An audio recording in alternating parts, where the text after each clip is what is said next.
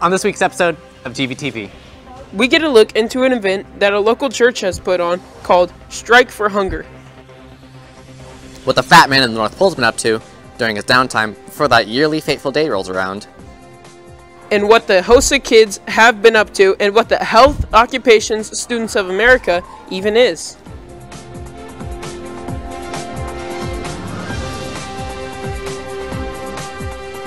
What's poppin', GV? And welcome to this week's episode of GVTV. Recently, a group of almost 20 students from our own high school have participated in a local church's event called Strike for Hunger.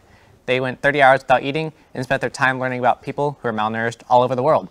Not only that, but they also spent a night sleeping in boxes to simulate what it's like to live a life of homelessness. Meagan recently caught up with them to see how they felt about the event. In the month of October, some of our very own Grain Valley students took part in a local church event called Strike for Hunger. At this event, these students simulated how it was to be homeless while not eating food for 30 hours. You start to forget that you're hungry and just start thinking about, for me at least, it was the statistics on kids that are dying that go even longer without food. During this event, these students had the opportunity to learn from real-life stories of people all over the world living in poverty. Here are some of the things that they learned. It really opened my eyes to the need in the world and all the hunger that's going on. The main thing was realizing how easy we have it. We have enough resources for everyone to eat in the world, but we're using it all and we're not spreading it out equally through the world. The average age of somebody that's homeless is 8 years old. 26,000 children under the age of 5 die each day from hunger. We had 26,000 little beads in buckets, and we strung them on string to see how long it was, and it was really kind of powerful and really heartbreaking to see just how big of a number that is. In order to truly simulate what it was like to be homeless, these students had an interesting way of approaching the night of the event. We slept outside in boxes with all the clothing that we could handle. And we kind of made like a little camp around fires. It was really cold. It got to like 26 degrees. It was nice being able to think that we could wake up to not have to sleep in a box again.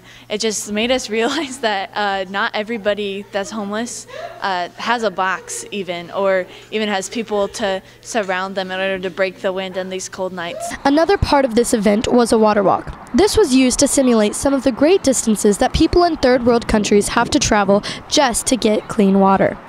We simulated somebody in a different country would have to go and get so many gallons of water, the average of being 5 gallons, I believe, and walking 4+ miles. It's usually people younger than us, and they usually have to go even farther than we did. Most of us took 2 gallons of water to carry from one Casey's on one side of Grain Valley to the other Casey's. I personally carried a 5-gallon bucket without stopping, and my arms and legs were in excruciating pain.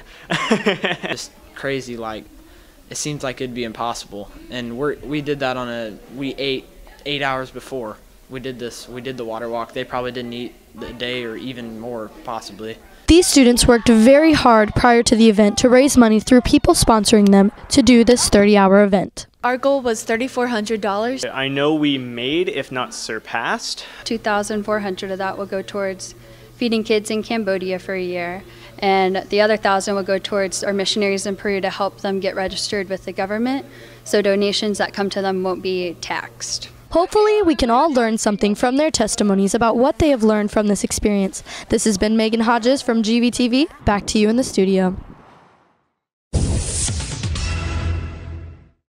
All right, so to review, the order of operations includes parentheses, exponents, multiplication, division, addition, and subtraction.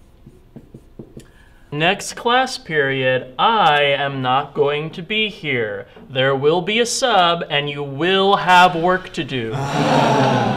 So I expect it to be done by the time I get back to class.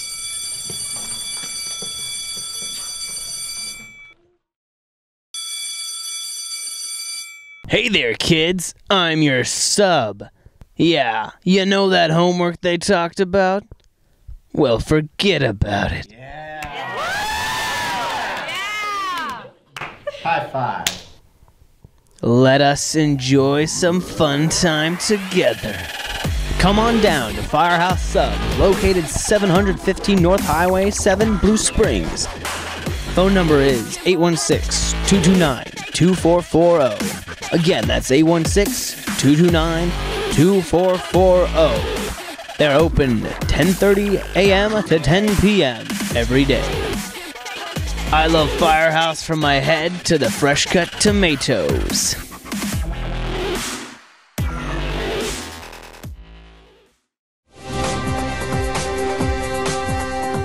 It's so cool to see all of these students strive to make a difference in the world through little things like this. And we wish them good luck in their future. On the flip side, we see one of the biggest gluttons, Santa. He's been driving around GV for years now. Luckily, Garrett and Gavin got the chance to catch up with him, see what he's been up to.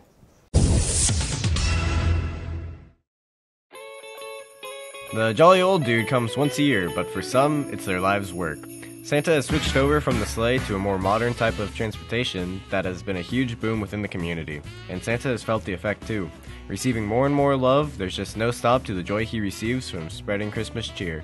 Now let's chase the bus down and check in with the community. We've taken our son to see the Santa bus for the last 3 years, but this was the first year to take our youngest, Matthew, so both of our sons got to meet Santa this year. This is the first year that we've ever got to see the Santa bus because we just moved to Green Valley. 16 years, and I have kids that are 24 to 8, so I've always participated in the Santa bus every year for as long as they've been doing it. Next, we asked them what their favorite part of the Santa bus was. My favorite part about Santa bus is it was just spontaneous and unannounced and just kind of made my day. Seeing all the kids smile. There's a lot of kids that like to scream and cry, especially when they're younger, so it's cool seeing Santa work with them. I like the Christmas spirit that it brings in, just this sense of wonderment, just kind of the fun of being a kid again and being excited about Santa paying you a special visit to let you know that you've been a really good boy, and just kind of the fun of what just a little trinket and a little toy brings to a kid. Like, it literally could be anything, but he's so excited to get it because Santa gave it to him. So just a big shout out to all of our interview participants. Merry Christmas to all, and to all a good night. Now back to you in the studio. I never would have guessed that Santa loves Green Valley so much. It kind of amazes me. We're pretty far from the North Pole. Well, but never mind. You wouldn't believe me. But it's true that Green Valley is so great. We have a ton of going on in the school. One of those things being HOSA. And Carsen has gone out to see what HOSA is all about and what they do. Hello Green Valley, Carsen Marcum here. And today we're going to go check out one of the many clubs that Green Valley High School has to offer, HOSA.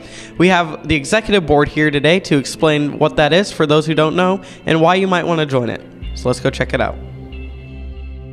Hi, I'm Zeke Fredrick, and I'm the president of our HOSA chapter here. HOSA stands for Health Occupation Students of America. We are a student-led organization meant for those who want to go into a career in the health field, or anyone who wants to become like a nurse, a doctor, or a communication specialist for like hospitals. I serve on both a local and a state capacity. Local capacity, I oversee day-to-day things, I oversee our officers, and make sure that everything runs smoothly. And as a state officer, I run the Fall Leadership Conference and our State Leadership Conference in Rolla, Missouri, and that's pretty much it. Hey, my name is Ben Totta, and I am the president-elect of the Green Valley HOSA chapter. And I joined HOSA mostly because I wanted to be a part of a group of people that are interested in the health field just as much as I am. And really, next year, my hope is to continue what Zeke has brought to the table with all the different fundraising ideas and ideas that we can use to help grow our chapter. And so that's really what I hope to do next year as president.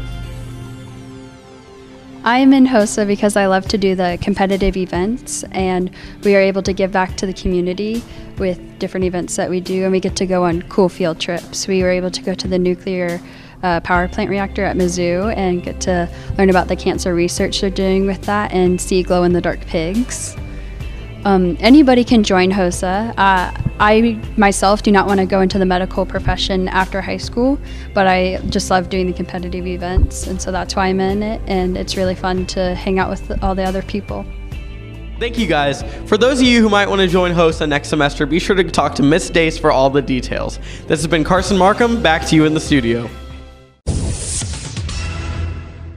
Wow, that was amazing. I wish that I was smart. I won't even know where my Medulla oblongata is at. Honestly, me too, Steve. But it's been our pleasure to show you what's been happening in Grain Valley. See you next week, Eagles!